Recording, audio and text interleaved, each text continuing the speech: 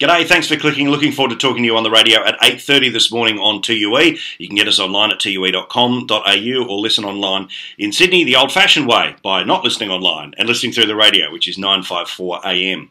I think yesterday was a good day for Tony Abbott. He didn't spend a single cent and he made it very clear that front and centre first order of business will be getting rid of the carbon tax.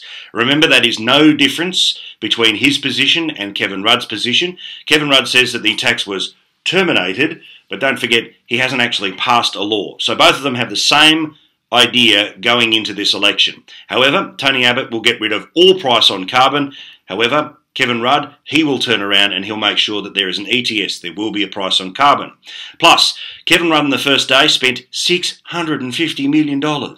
This came just a couple of days after saying there was a $33 billion hole in the federal budget, that we had to increase taxes to try and plug that hole, yet still he found $450 million down the back of the couch for an after-school announcement, plus the $200 million to try and save the car industry. But all of that may well be blown away, good news and bad news, by what the Reserve Bank does at 2:30 today.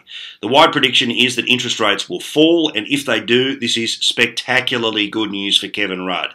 You can get the feeling that he will almost be tempted to get highlights of John Howard from the 2004 election, one where he was able to win both the upper and lower houses, total control of Australian politics, essentially off the message of, we will keep interest rates low.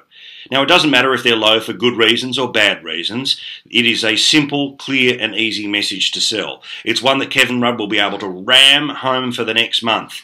And while I can't believe he's going to get the free kick, and I don't believe that he deserves it, today will be a good day.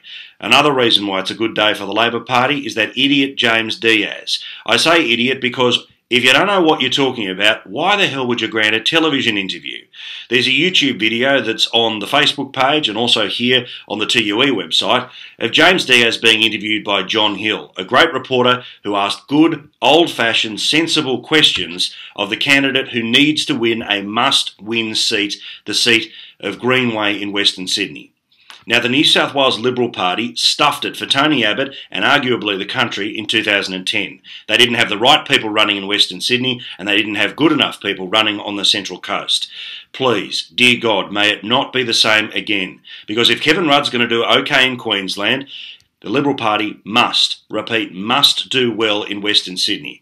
And it's one thing for the media to have made a very strong case against Kevin Rudd. It's all about who the local candidate is. And if James Diaz is the best that they can have and a seat they must win, then the Libs are in some serious trouble. There's still a couple of weeks before they can jettison idiots like this and find real candidates. My advice to Tony Abbott and the people around him is double-check the candidates, make sure they are all ready for prime time, and most importantly, make sure they're people that people can trust enough to be members of Parliament for the next 3 years, not just people who are good at stacking a branch.